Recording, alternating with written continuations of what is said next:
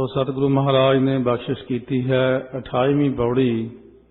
गुरु नानक देव जी के उत्ते अपना प्रभाव पाउण लई सिद्धां ने बहुत सारे यतन कीते हन अते अनेक प्रकार के प्रश्न करदियां होइयां महाराज नूं अपने प्रभाव थले लियाउण दा यतन कीता है। पर अखीर जाके महाराज दे अगे सिद्धां नूं हारना ही पिया।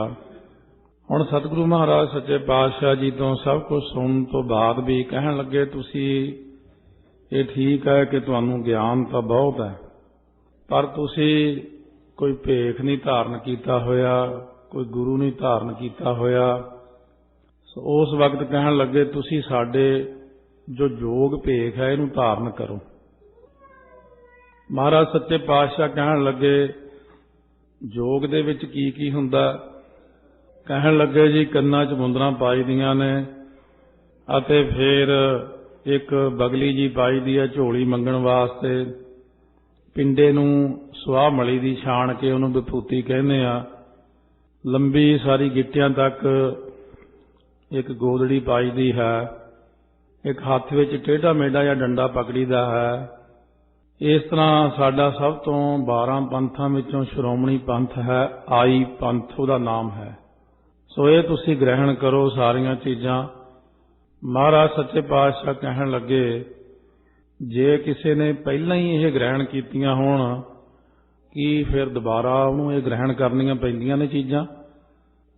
उस वक्त कहन लगे सतगुरु नानक देव जी कि असीं तां जोग दीयां सारियां चीज़ां भेख जिहड़ा पहला ही धारण कीता होया है। कहन लगे जी सानूं तां कोई दिखदा नहीं तुहाडे पाया होया। महाराज गुरु नानक देव जी कहन लगे तुहाडा भेख बाहर है दिखावे मात्र, मेरा भेख अंदर है। जदों आपां किसी भी चीज़ के अंदर कोई चीज़ रखते हैं तो बाहर उहदे लिखिया जाता।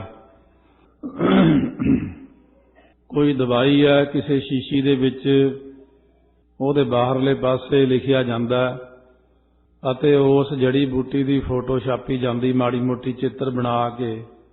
बाहरला चिन्ह है ये दवाई इस शीशी दे विच उहदा नाम भी लिखिया जाता। पर जे डट खोल के देखिया शीशी खाली है, बाहर ही लेबल लग्या होया है, तां फिर तुसी की समझदे हो वो भेख की चीज़ है। कहन लगे महाराज वो तो फिर फोकट भेख होया, खाली होया।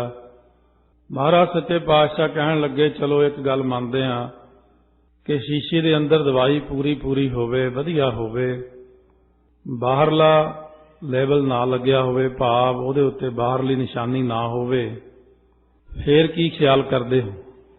कहन लगे दवाई तो अंदर पूरी हुई है पर भेख ना होने करके बाहर शंका रह जाता। तो महाराज सच्चे पातशाह कहन लगे इस प्रकार बाहरला भेख जिन्ना जरूरी है उहदे नालों भी अंदर जरूरी है। उस भेख का होना उन्हां गुणां का धारनी होना। इस करके असीं इस चीज़ नूं ज़्यादा मानते हैं कि अंदर बंदे दे शुभ गुण होने चाहिए। जे बाहरला दिखावा हो गया अते विकारां ने छड्डिया ना, मन की एकाग्रता ना होई, फिर वो भेख धारण किया होया फोकट हो जाता। इस तरह महाराज सच्चे पातशाह कहन लगे साडे कोल तां मुंदरां भी पाईयां होईयां ने। पात्र हुंदा, पत तो भाव पात्र हुंदा चिप्पी। चिप्पी एक बर्तन हुंदा काले जे रंग का जिहड़ा जोगियां कोले पकड़िया हुंदा अते शरीर दे उत्ते सवाह मलदे ने। सवेरे उठ के भावें नहा भी लैण, सारे पिंडे दे उत्ते छाण के कपड़ छाण करके सुआह मल लैनी। खिंथा पैरदे ने, हाथ विच डंडा पकड़ते ने। सो महाराज आप ने किहड़े चिन्ह धारण कीते होए ने? सतगुरु फरमाउंदे ने मुंदा संतोख। महाराज सच्चे पातशाह कहन लगे जेड़ियां ये कन्नां दे विच मुंदरां पाईयां होईयां ने इन्हां दा भाव अर्थ हुंदा कि ये बंदे ने संतोख धारण कीता होया। सतगुरु कहते असीं संतोख रूप मुंदरां अंदर पहनियां होईयां ने, साडे अंदर पहलां ही संतोख है। ਅਤੇ ਸ਼ਰਮ ਪਤ ਝੋਲੀ ਜਿਹੜੀ ਖੋਟਿਆਂ ਕਰਮਾਂ ਵੱਲੋਂ ਮਾੜੇ ਕੰਮਾਂ ਤੋਂ ਮਨ ਦੇ ਅੰਦਰ ਸ਼ਰਮ ਕਰਨੀ ਹੈ, ਕਿਉਂਕਿ ਭਗਤੀ ਦੇ ਵਿੱਚ ਸ਼ਰਮ ਦੀ ਬੜੀ ਮਹੱਤਤਾ ਹੈ। ਜੇ ਸ਼ਰਮ ਨਹੀਂ ਕੀਤੀ, ਸਤਿਗੁਰੂ ਮਹਾਰਾਜ ਕਹਿੰਦੇ ਸ਼ਰਮ ਧਰਮ ਦੋਇ ਸ਼ਬ ਖਲੋਏ ਕੂੜ ਫਿਰੈ ਪ੍ਰਧਾਨ ਵੇ ਲਾਲੋ। ਸੋ ਇਸੇ ਪ੍ਰਕਾਰ ਸ਼ਰਮ ਖੰਡ, ਇੱਕ ਹੁੰਦਾ ਸੱਸੇ ਦੇ ਪੈਰ ਚਰਾਰਾ ਤੇ ਮੰਮਾ ਸ਼ਰਮ, ਸ਼ਰਮ ਕਰਨਾ ਮਿਹਨਤ ਕਰਨ ਨੂੰ ਕਹਿੰਦੇ ਨੇ। ਇੱਕ ਹੁੰਦਾ ਪੰਜਾਬੀ ਦੇ ਵਿੱਚ ਗੁਰਮੁਖੀ ਲਿਪੀ 'ਚ ਸੱਸਾ ਰਾਰਾ ਮੰਮਾ ਪੈਰ 'ਚ ਬਿੰਦੀ ਸੱਸੇ ਸ਼ਰਮ ਕਰ ਸ਼ਰਮ। ਇਹ ਸ਼ਰਮ ਹੈ ਤੇ ਉਹ ਸ਼ਰਮ ਹੈ। ਸੋ ਇਸ ਤਰ੍ਹਾਂ ਮਹਾਰਾਜ ਸੱਚੇ ਪਾਤਸ਼ਾਹ ਨੇ ਇਹਨਾਂ ਨੂੰ ਕਿਹਾ ਕਿ ਸ਼ਰਮ ਪਤ ਝੋਲੀ, ਜਿਹੜੀ ਮਾੜੇ ਕੰਮਾਂ ਵੱਲੋਂ ਸ਼ਰਮ ਕਰਨੀ ਆ, ਇਹੀ ਅਸੀਂ ਪਤ ਹੁੰਦਾ ਪਾਤਰ ਭਾਂਡਾ ਪਕੜਿਆ ਹੋਇਆ ਆਪਣੇ ਕੋਲੇ। ਅਤੇ ਜਿਹੜਾ ਧਿਆਨ ਹੈ, ਧਿਆਨ ਰੂਪੀ ਝੋਲੀ ਪਾਈ ਹੋਈ ਹੈ। ਪਰਮਾਤਮਾ ਦਾ ਧਿਆਨ ਕਰਨਾ ਹਰ ਵਕਤ ਆਪਣੇ ਮਨ ਦੇ ਅੰਦਰ। ਇਸ ਕਰਕੇ ਧਿਆਨ ਕੀ ਕਰੈ ਵਿਭੂਤ, ਧਿਆਨ ਦੀ ਵਿਭੂਤੀ ਮਲੀ ਹੋਈ ਆ ਆਪਣੇ ਪਿੰਡੇ ਦੇ ਉੱਤੇ। ਅਥਵਾ ਜਿਹੜਾ ਦੇਹ ਨੂੰ ਨਾਸਵੰਤ ਸਮਝਣਾ ਹੈ, ਸਾਰੇ ਸਰੀਰ ਨੂੰ, ਤੁਸੀਂ ਤਾਂ ਕਹਿੰਦੇ ਹੋ ਕਿ ਸਵਾਹ ਕਿਉਂ ਮਲੀ ਤੁਸੀਂ? ਕਹਿੰਦੇ ਮਹਾਰਾਜ ਜੀ ਸਵਾਹ ਤਾਂ ਮਲੀ ਹੈ ਕਿ ਸਾਰੇ ਸਰੀਰ ਨੇ ਨਾਸ ਹੀ ਹੋ ਜਾਣਾ, ਸਵਾਹ ਹੀ ਬਣ ਜਾਣਾ ਅਖੀਰ ਨੂੰ, ਇਸ ਕਰਕੇ ਅਸੀਂ ਸਵਾਹ ਮਲੀ ਹੈ। ਮਹਾਰਾਜ ਗੁਰੂ ਨਾਨਕ ਦੇਵ ਜੀ ਕਹਿਣ ਲੱਗੇ ਅਸੀਂ ਸਮਝਦੇ ਹੀ ਸਵਾਹ ਹੈ ਪਿੰਡੇ ਨੂੰ, ਜਿਹੜੀ ਸਵਾਹ ਦੇ ਉੱਤੇ ਸਵਾਹ ਮਲਣੀ ਹੈ, ਇਹਦਾ ਕੀ ਭਾਵ ਅਰਥ? ਜਿਸ ਨੇ ਅੰਤਮ ਸਮੇਂ ਤੇ ਜਾ ਕੇ ਸੰਸਕਾਰ ਹੋ ਜਾਂਦਾ ਮਨੁੱਖ ਦਾ, ਉਹ ਜਦੋਂ ਸਵਾਹ ਹੀ ਬਣ ਜਾਂਦੀ ਹੈ, ਫਿਰ ਇਹਦੇ ਉੱਤੇ ਸਵਾਹ ਮਲਣ ਦਾ ਕੀ ਫਾਇਦਾ? ਜਦੋਂ ਅਕਾਲ ਪੁਰਖ ਦਾ ਧਿਆਨ ਰੂਪ ਝੋਲੀ ਪਾ ਹੀ ਲਈ ਹੈ, ਕੀ ਕਰੇ ਵਿਭੂਤ, ਫਿਰ ਪਿੰਡੇ ਤੇ ਸਵਾਹ ਮਲ ਕੇ ਵੀ ਕਰਨੀ ਕੀ ਹੈ? ਸੋ ਮਹਾਰਾਜ ਸੱਚੇ ਪਾਤਸ਼ਾਹ ਨੂੰ ਕਹਿਣ ਲੱਗੇ ਕਿ ਸਾਡੇ ਮਤ ਦੇ ਵਿੱਚ ਤਾਂ ਮਹਾਰਾਜ ਦੋ ਮੁੰਦਰਾਂ ਪਹਿਰਦੇ ਨੇ, ਪਰ ਆਪ ਜੀ ਨੇ ਇੱਕੋ ਹੀ ਕਹੀ ਹੈ। ਫਿਰ ਸਾਡੇ ਮਤ ਵਿੱਚ ਤਾਂ ਸਵਾਹ ਜ਼ਰੂਰ ਮਲਦੇ ਨੇ।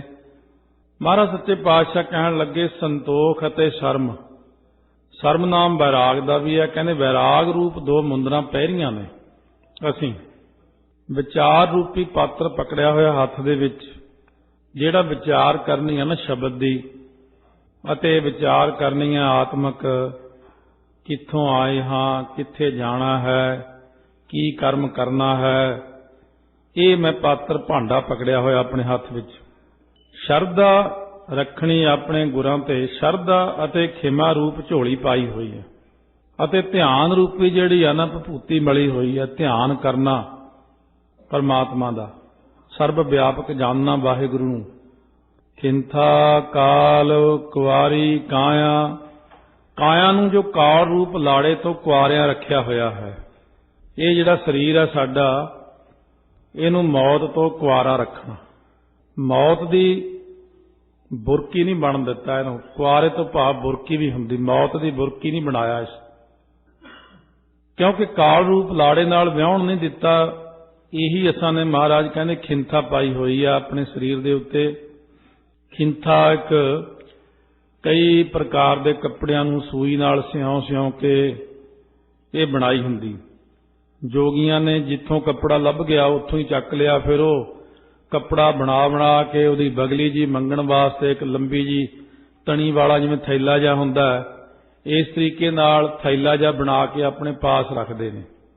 ਸੋ ਮਹਾਰਾਜ ਸੱਚੇ ਪਾਤਸ਼ਾਹ ਕਹਿਣ ਲੱਗੇ ਜੁਗਤ ਡੰਡਾ ਪ੍ਰਤੀਤ, ਇਹ ਜਿਹੜੀ ਆ ਨਾ ਪਰਮਾਤਮਾ ਦੇ ਵਿੱਚ ਪ੍ਰਤੀਤ ਰੱਖਣੀ, ਭਰੋਸਾ ਰੱਖਣਾ। ਪਰਮਾਤਮਾ ਵਿੱਚ ਜਿਹੜੇ ਜੁਗਤ ਦਾ ਭਾਵ ਹੁੰਦਾ ਜੁੜੇ ਰਹਿਣਾ। ਜੁਗਤ ਡੰਡਾ ਪ੍ਰਤੀਤ, ਭਰੋਸੇ ਦੇ ਸਮੇਤ। ਪ੍ਰਤੀਤ ਤੋਂ ਮਤਲਬ ਹੁੰਦਾ ਭਰੋਸਾ ਜਿਹੜਾ ਰੱਖਣਾ, ਭਰੋਸੇ ਸਮੇਤ ਪਰਮਾਤਮਾ ਦੇ ਵਿੱਚ ਜਿਹੜਾ ਜੁੜੇ ਰਹਿਣਾ। ਇਹੀ ਮੈਂ ਹੱਥ ਵਿੱਚ ਡੰਡਾ ਪਕੜਿਆ ਹੋਇਆ, ਜਿਹੜਾ ਪਰਮਾਤਮਾ ਵੱਲ ਆਪਣੇ ਮਨ ਨੂੰ ਸਿੱਧਾ ਰੱਖਣਾ ਹੈ। ਮਹਾਰਾਜ ਨੇ ਆਪਣਾ ਪ੍ਰਮਾਣ ਦਿੱਤਾ ਕਿ ਜਿਵੇਂ ਡੰਡਾ ਬਿਲਕੁਲ ਸਿੱਧਾ ਹੁੰਦਾ ਨਾ, ਇਸੇ ਤਰ੍ਹਾਂ ਅਸੀਂ ਵੀ ਡੰਡਾ ਪਕੜਿਆ ਹੋਇਆ। ਕਿਹੜਾ?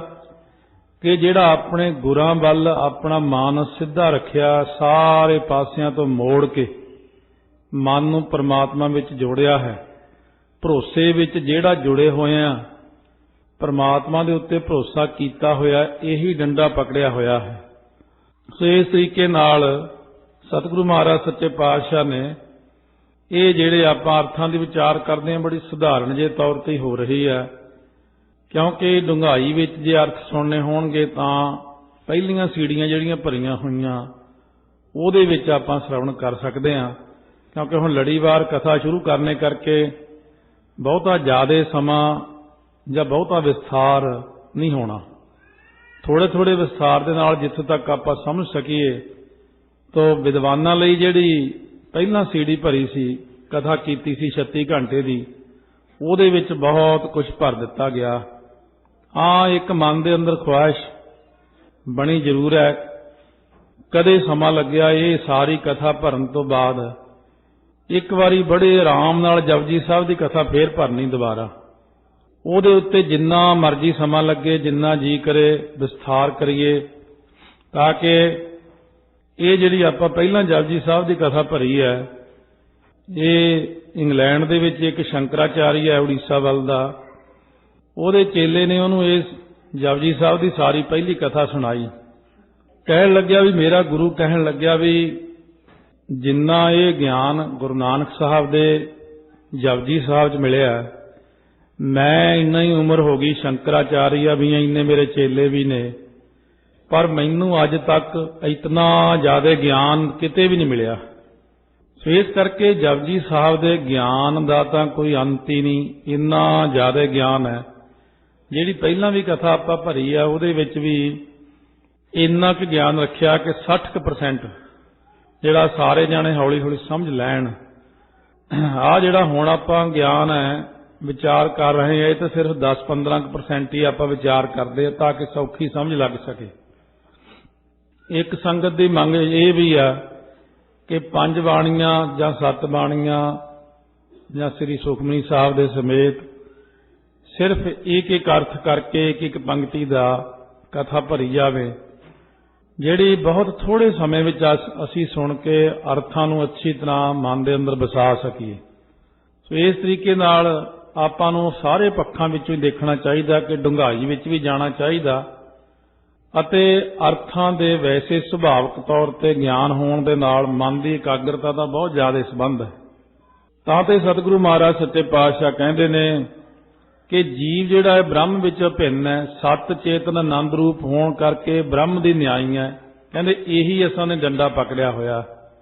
फिर सिद्धा ने आख्या 12 पंथां विचों साडा एक पंथ है आई पंथ। वैसे तो उन्होंने बड़े पंथ ने, पर ਉਹਦੇ ਵਿੱਚੋਂ आई पंथ सब तो ज़्यादा मशहूर है उन्हों का। फिर साडी जमात जिहड़ी है बहुत तकड़ी है, भाव साडी जथेबंदी बहुत तकड़ी है। फिर सारे सिद्ध आपस रल के रिद्धियां सिद्धियां विखाउंदे ने, जिस करके उन्हां विचों किसी दी जित किसी दी हार हुंदी है। तो आप जी दा आई पंथ किहड़ा, तुसीं कहंदे हो आई पंथ मैं धारण कीता होया, तुहाडे कोल जमात किहड़ी है, तुहाडी जित काहदे च ते हार काहदे च है? क्योंकि साडे तां मुकाबले हुंदे ने आपस विच भी मेरे कोल शक्ति ज़्यादा है, मेरे कोल शक्ति ज़्यादा है। इस तरह एक सिद्ध जित दा एक हार दा। सो महाराज सच्चे पातशाह कहण लगे आई पंथ मेरे कोल किहड़ा, आई पंथी सारियां दे विच जिहड़ा ना वाहिगुरू दी जोत नूं चेतन सत्ता नूं आई होई समझिया ना मैं, यही साडा आई पंथ। आई पंथ की है सारियां विच जोत आई हुई है, हरेक विच परमात्मा दी जोत नूं देखना ही आई पंथ है साडा। सगल जमाती सारे जो महात्मा ने, जिवें कहदे ना जमाती अखर पुराना है, ये जमात नाम क्लास दा है। ये मैं तू किहड़ी जमात विच पढ़दा है, चौथी पंजवीं विच 10वीं, ते ये लड़का तेरा जमाती है? कहने हाँ ये मेरा क्लास फेलो जमाती। हुण सतगुरु नानक देव जी कहण लगे सगल जमाती जिहड़े इस गल नूं मनदे ने अपने मन दे अंदर, जिन्हां नूं ये दिख जांदा है कि सारियां विच जोत आई हुई है, ਉਹਨਾਂ ਨੂੰ ਮੰਨਦੇ ਆ ਕਿ ਆਈ ਪੰਥੀ ਸਗਲ ਜਮਾਤੀ। ਜਿਹੜੇ ਮੰਨਦੇ ਨੇ ਸਾਰਿਆਂ ਵਿੱਚ ਜੋਤ ਆਈ ਹੋਈ ਆ, ਮੈਂ ਵੀ ਇਹੀ ਮੰਨਦਾ। ਜਿਹੜੇ ਇਸ ਮੇਰੀ ਗੱਲ ਨਾਲ ਸਹਿਮਤ ਨੇ ਜਾਂ ਇਸ ਗੱਲ ਦੇ ਉੱਤੇ ਟਿਕੇ ਹੋਏ ਨੇ, ਸਗਲ ਜਮਾਤੀ, ਉਹ ਮੇਰੇ ਸਾਰੇ ਜਮਾਤੀ ਨੇ, ਉਹ ਮੇਰੀ ਜਮਾਤ ਹੈ, ਮੇਰੀ ਸੰਗਤ ਹੀ ਮੇਰੀ ਜਮਾਤ ਹੈ। ਸਾਧੂ ਸੰਤ ਜਿਹੜੇ ਨਾਮ ਜਪਣ ਵਾਲੇ ਨੇ, ਉਹੀ ਮੇਰੀ ਜਮਾਤ ਹੈ। ਸੰਸਾਰ ਦੇ ਸਾਰੇ ਜੀਵ ਹੀ ਸਾਡੀ ਜਮਾਤ ਹੈ, ਕਿਉਂਕਿ ਸਾਰਿਆਂ ਵਿੱਚ ਹੀ ਜੋਤ ਆਈ ਹੋਈ ਹੈ। ਅਤੇ ਜਿਹੜੇ ਸਾਰੇ ਸ਼ੁਭ ਗੁਣ ਨੇ, ਇਹੀ ਮੇਰੀ ਜਮਾਤ ਹੈ, ਕਲਾਸ ਹੈ, ਇਹੀ ਮੇਰੀ ਸੰਗਤ ਹੈ। ਸਭਨਾਂ ਵਿੱਚ ਜਿਹੜੇ ਜੋਤ ਦੇਖਦੇ ਨੇ, ਉਹ ਵੀ ਮੇਰੀ ਸੰਗਤ ਹੈ। ਅਤੇ ਜਿਨ੍ਹਾਂ ਦੇ ਵਿੱਚ ਜੋਤ ਹੈ ਸੰਸਾਰ ਦੇ ਜੀਵਾਂ ਵਿੱਚ, ਉਹ ਵੀ ਮੇਰੀ ਜਮਾਤ ਹੈ। ਫਿਰ ਤੁਸੀਂ ਜਿੱਤਣ ਦੀ ਗੱਲ ਕਰਦੇ ਹੋ ਕਿ ਅਸੀਂ ਇਸ ਰਿੱਧੀਆਂ ਸਿੱਧੀਆਂ ਨਾਲ ਇੱਕ ਦੂਜੇ ਨੂੰ ਹਰਾਉਣੇ ਆ, ਕੋਈ ਜਿੱਤ ਗਿਆ, ਕੋਈ ਹਾਰ ਗਿਆ। ਸੋ ਮਹਾਰਾਜ ਸੱਚੇ ਪਾਤਸ਼ਾਹ ਕਹਿਣ ਲੱਗੇ, ਅਸਲ ਵਿੱਚ ਤੁਸੀਂ ਤਾਂ ਇੱਥੇ ਪਹਾੜਾਂ ਵਿੱਚ ਬੈਠੇ ਹੋ, ਇੱਕ ਦੂਜੇ ਸਿੱਧ ਨੂੰ, ਕਿਸੇ ਨੂੰ ਹਰਾ ਦਿੱਤਾ, ਕਿਸੇ ਨੂੰ ਕੁਛ ਕਰ ਦਿੱਤਾ। ਪਰ ਸਾਡਾ ਵਿਚਾਰ ਕੀ ਹੈ? ਮਨ ਜੀਤੈ ਜਗ ਜੀਤ। ਮਹਾਰਾਜ ਕਹਿੰਦੇ ਜਿਹੜਾ ਮਨ ਰੂਪ ਦੁਸ਼ਮਣ ਨੂੰ ਜਿਹੜਾ ਜਿੱਤਣਾ ਨਾ, ਇਹ ਹੀ ਸਭ ਤੋਂ ਵੱਡਾ।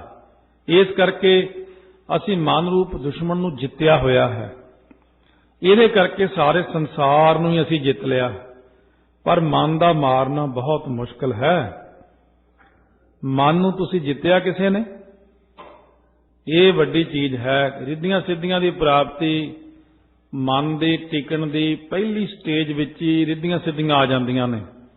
ਮਾੜੀ ਜੀ ਟਿਕਾਓ ਮਨ ਦਾ 100 ਚੋਂ 1% ਦਾ 10ਵਾਂ ਹਿੱਸਾ ਵੀ ਟਿਕਾਓ ਹੋ ਜੇ, ਤਾਂ ਉਸ ਵਕਤ ਮਨ ਦੇ ਅੰਦਰੋਂ ਪ੍ਰਕਾਸ਼ ਹੋਣਾ ਸ਼ੁਰੂ ਹੋ ਜਾਂਦਾ ਮਾੜਾ ਮਾੜਾ। ਜੇ ਮਾੜਾ ਜਾਂ ਹੋਰ ਟਿਕਾਓ ਬਣ ਗਿਆ, ਹੋਰ ਬਣ ਗਿਆ, ਇਹ ਤਾਂ ਕਰਾਮਾਤੀ ਸ਼ਕਤੀਆਂ ਜਿਹੜੀਆਂ ਨੇ, ਇਹ ਤਾਂ ਬਹੁਤ ਬੱਚਿਆਂ ਵਾਲੀਆਂ ਗੱਲਾਂ ਨੇ, ਪਹਿਲੀ ਸਟੇਜ। ਤੁਸੀਂ ਇਹ ਦੱਸੋ, ਪਹਾੜਾਂ ਦੇ ਵਿੱਚ ਆ ਕੇ ਇੱਥੇ ਤੁਸੀਂ ਬੈਠੇ ਹੋ, ਕਾਹਦੇ ਕਰਕੇ? ਡਰਦੇ ਹੋ ਨਾ ਦੁਨੀਆ ਤੋਂ, ਜੰਜਾਲਾਂ ਤੋਂ। ਕਈਆਂ ਨੇ ਆਪਣੇ ਬਾਲ ਬੱਚੇ ਛੱਡ ਦਿੱਤੇ, ਗ੍ਰਸਤ ਮਾਰਗ ਛੱਡ ਕੇ, ਬੱਚੇ ਰੋਂਦੇ ਛੱਡ ਕੇ ਆ ਗਏ, ਇੱਥੇ ਸਾਧੂ ਬਾਬਾ ਬਣ ਕੇ ਬੈਠ ਗਏ। ਆਖੇ ਔਰਤ ਇਸਤਰੀ ਜਿਹੜੀ ਹੈ ਵੱਡੀ ਰੁਕਾਵਟ ਹੈ ਭਗਤੀ 'ਚ। ਫਿਰ ਤੁਸੀਂ ਕਹਿੰਦੇ ਹੋ ਇਹ ਬਾਲ ਬੱਚਾ ਭਗਤੀ ਨਹੀਂ ਕਰਨ ਦਿੰਦਾ। ਮਹਾਰਾਜ ਸੱਚੇ ਪਾਤਸ਼ਾਹ ਕਹਿਣ ਲੱਗੇ, ਇੱਥੇ ਜਿਹੜੇ ਜੰਗਲ ਜਦ ਆ ਕੇ ਬੈਠੇ ਸੀ, ਕੱਲੇ ਕੱਲੇ ਭਗਤੀ ਕੀਤੀ ਜਾਂ ਸਮਾਧੀਆਂ ਲਾਈਆਂ, ਫਿਰ ਲੋੜ ਪਈ ਇੱਕ ਅੱਧੇ ਚੇਲੇ ਦੀ, ਇੱਕ ਚੇਲਾ, 2 ਚੇਲੇ। ਸੋ ਕਬੀਰ ਚਾਲੇ ਥੇ ਹਰ ਮਿਲਨ ਕੋ ਬੀਚੈ ਅਟਕਿਓ ਚੀਤ, ਕਾਹਦੇ ਚ ਅਟਕ ਗਿਆ ਜੀ? ਕਬੀਰ ਸਿੱਖ ਸਾਖਾ ਬਹੁਤੇ ਕੀਏ, ਕੇਸੋ ਕੀਓ ਨ ਮੀਤ, ਚਾਲੇ ਥੇ ਹਰ ਮਿਲਨ ਕੋ ਬੀਚੈ ਅਟਕਿਓ ਚੀਤ। ਸੋ ਭਗਤ ਕਬੀਰ ਜੀ ਕਹਿਣ ਲੱਗੇ, ਇਸੇ ਪ੍ਰਕਾਰ ਜੋਗੀ ਜਿਹੜੇ ਨੇ ਜੰਗਲ ਵਿੱਚ ਗਏ, ਇੱਕ ਚੇਲਾ ਬਣਿਆ, 2 ਬਣੇ, 5, 10, 20, ਉਹਨਾਂ ਤੋਂ ਕੰਮ ਕਰਵਾਉਂਦੇ ਹੋ, ਆਹ ਚੀਜ਼ ਲਿਆ ਬਈ, ਆਹ ਲਿਆ ਬਈ। ਆਪਣਾ ਬਾਲ ਬੱਚਾ ਛੱਡ ਕੇ ਘਰ ਦਾ ਬਾਹਰਲੇ ਚੇਲੇ ਬਾਲ ਕੇ ਬਣਾ ਲਏ। ਫਿਰ ਤੁਸੀਂ ਕਹਿੰਦੇ ਇਸਤਰੀ ਜਿਹੜੀ ਆ ਉਹ ਭਗਤੀ ਵਿੱਚ ਰੁਕਾਵਟ ਹੈ।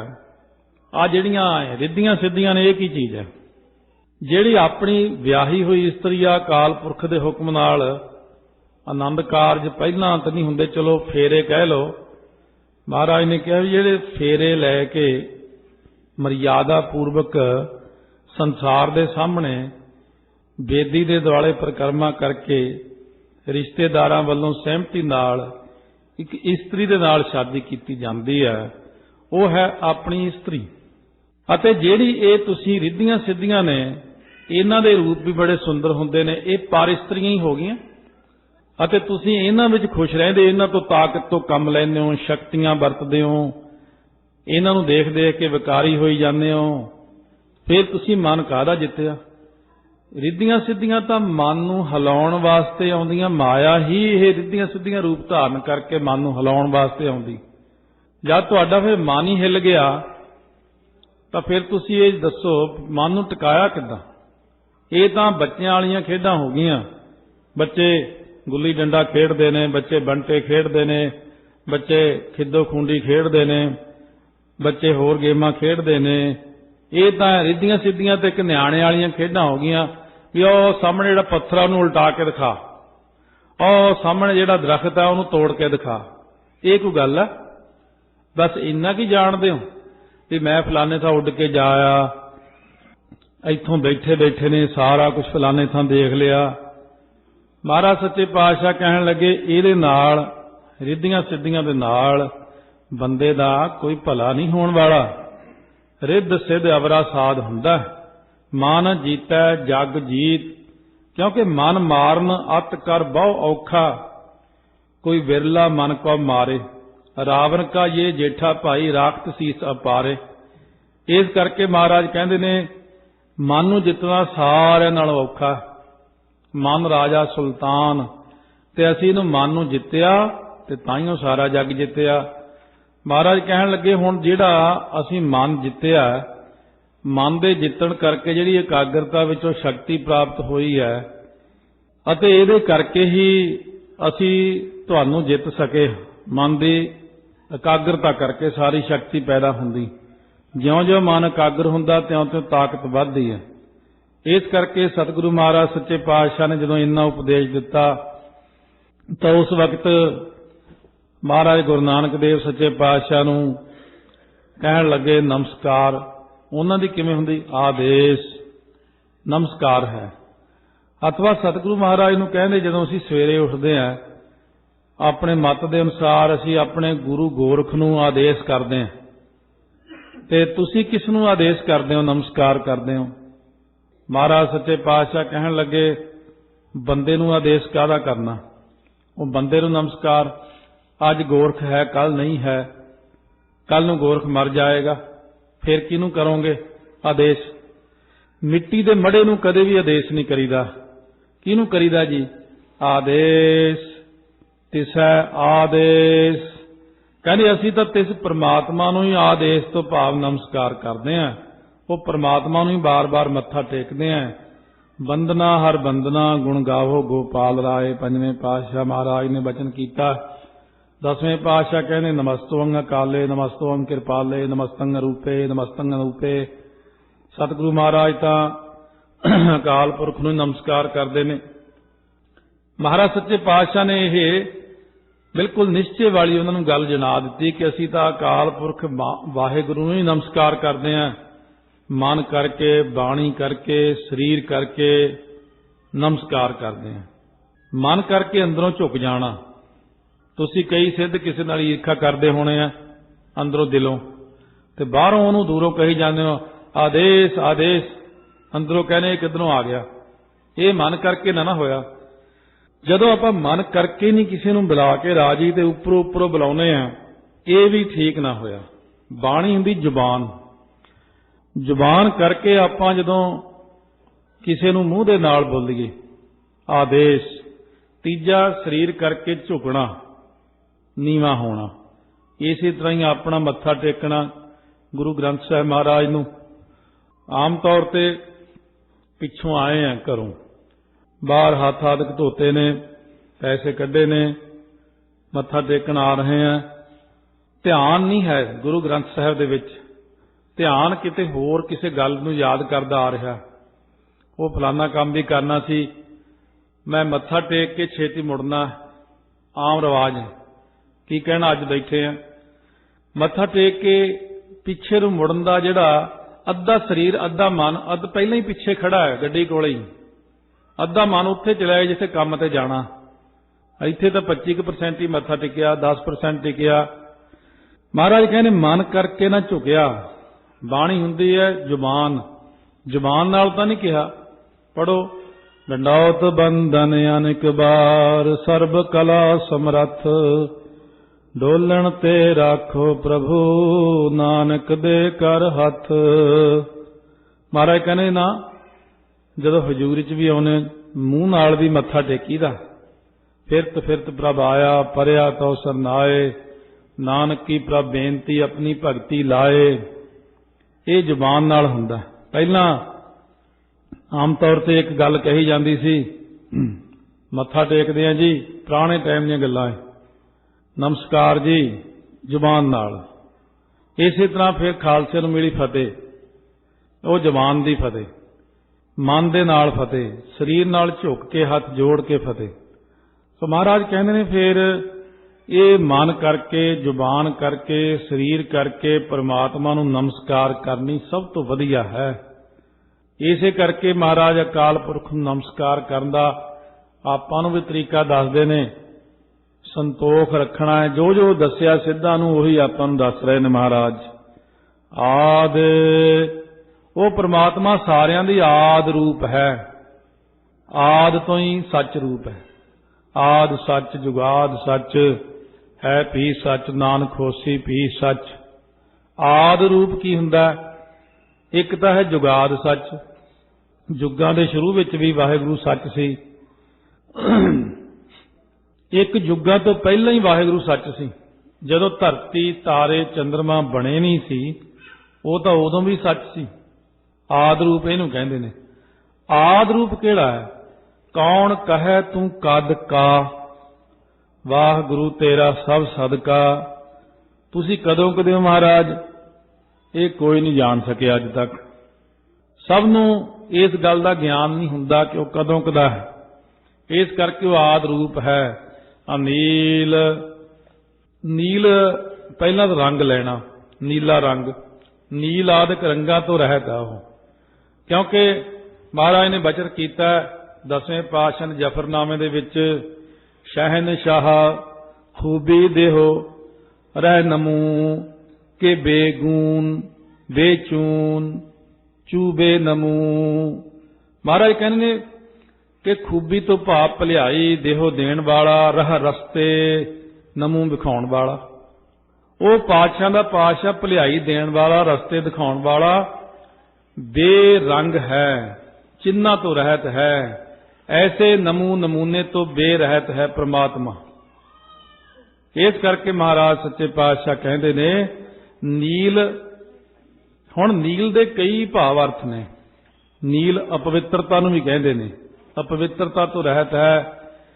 ਨੀਲ ਗਿਣਤੀ ਵਿੱਚ ਵੀ ਆ ਜਾਂਦਾ ਹੈ, ਜਿਵੇਂ ਆਪਾਂ ਕਹਿੰਦੇ ਅਰਬ, ਖਰਬ, ਨੀਲ, ਪਦਮ, ਸੰਖ, ਨੀਲ ਗਿਣਤੀ ਵੀ ਹੈ।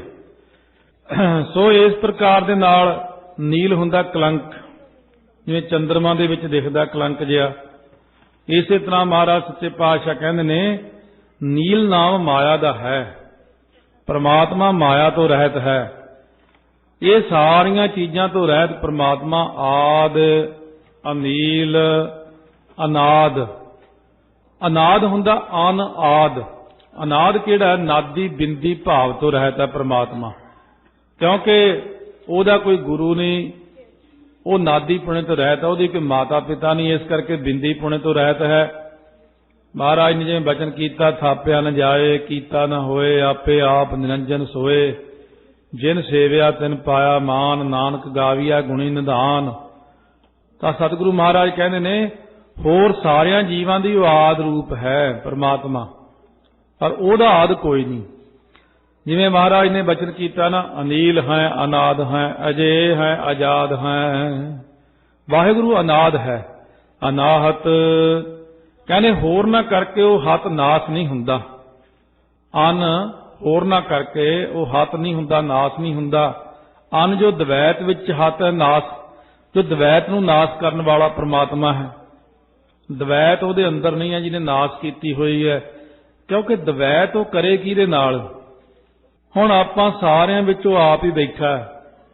ਪਸ਼ੂਆਂ ਵਿੱਚ ਉਹਦੀ ਜੋਤ, ਪੰਛੀਆਂ ਵਿੱਚ ਉਹਦੀ ਜੋਤ, ਦਰਖਤਾਂ ਵਿੱਚ ਉਹਦੀ ਜੋਤ, ਤਾਰਿਆਂ ਵਿੱਚ ਉਹਦੀ ਜੋਤ, ਪਾਣੀ ਵਿੱਚ ਉਹ, ਧਰਤੀ ਵਿੱਚ ਉਹ, ਵਿਆਪਕ ਰੂਪ ਵਿੱਚ ਹੋਣ ਕਰਕੇ ਪਰਮਾਤਮਾ ਕਹਿੰਦਾ ਕਿਹਦੇ ਨਾਲ ਦਵੈਸ਼ ਕਰਾਂ? ਮੇਰੇ ਤਾਂ ਸਾਰੇ ਆਪਣੇ ਹੀ ਨੇ, ਕਿਸੇ ਨਾਲ ਵੀ ਉਹਨਾਂ ਦੀ ਈਰਖਾ ਦਵੈਸ਼ ਨਹੀਂ। ਹੋਰ ਸਾਰਿਆਂ ਦੇ ਨਾਸ ਕਰਤਾ ਹੈ, ਪਰ ਆਪ ਉਹ ਨਾਸ ਨਹੀਂ ਹੁੰਦਾ ਪ੍ਰਮਾਤਮਾ, ਕਿਉਂਕਿ ਉਹਦੀ ਕਿਸੇ ਨਾਲ ਈਰਖਾ ਹੀ ਨਹੀਂ ਹੈ। ਇਸ ਕਰਕੇ ਅਨਾਹਤ ਹੁੰਦਾ ਹੈ, ਹੱਦ ਤੋਂ ਰਹਿਤ, ਉਹਦਾ ਕੋਈ ਹੱਦ ਬੰਨਾ ਨਹੀਂ ਹੈ। ਜੁਗ ਜੁਗ ਏਕੋ ਵੇਸ, ਚੌਹਾਂ ਯੁੱਗਾਂ 'ਚੋਂ ਵਾਹਿਗੁਰੂ ਦਾ ਇੱਕੋ ਹੀ ਸਰੂਪ ਹੈ, ਨਾ ਘਟਦਾ ਨਾ ਵੱਧਦਾ। ਸਾਰਾ ਕੁਝ ਘਟ ਵੱਧ ਜਾਂਦਾ, ਖਤਮ ਹੋ ਜਾਂਦਾ, ਫਿਰ ਬਣ ਜਾਂਦਾ। ਸੋ ਜਿਵੇਂ ਧਰੂ ਤਾਰਾ ਹੈ, ਮਹਾਰਾਜ ਨੇ ਬਾਣੀ ਅੰਦਰ ਬਚਨ ਕੀਤਾ, ਟਲ ਭਇਓ ਧਰੂ ਜਾ ਕੇ ਸਿਮਰਨ ਆਰ ਨਿਰਭੈ ਪਦ ਪਾਇਆ। पर किसी ब्रह्म ज्ञानी महापुरुष का बचन होया, मैनू कहंदे ध्रुव तारे बारे की ख्याल है। मैं कहा जी मैनू तो पता नहीं, तुसीं दसो।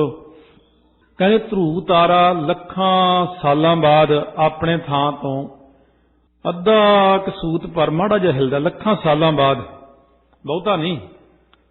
कहंदे जे ध्रुव तारा लखां सालां बाद माड़ा जिहा भी ना हिलिया फिर वो परमात्मा हो जाएगा। इस करके वो परमात्मा ही है जिहड़ा सूत भर भी नहीं हिलदा कदे।